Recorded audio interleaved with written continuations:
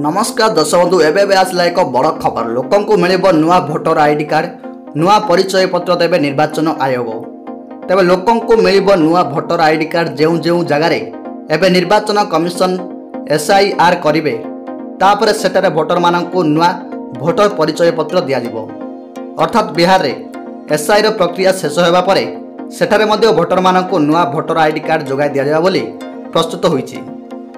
तेबे एने जातीय गणमाध्यम रिपोर्ट प्रकाश पाई।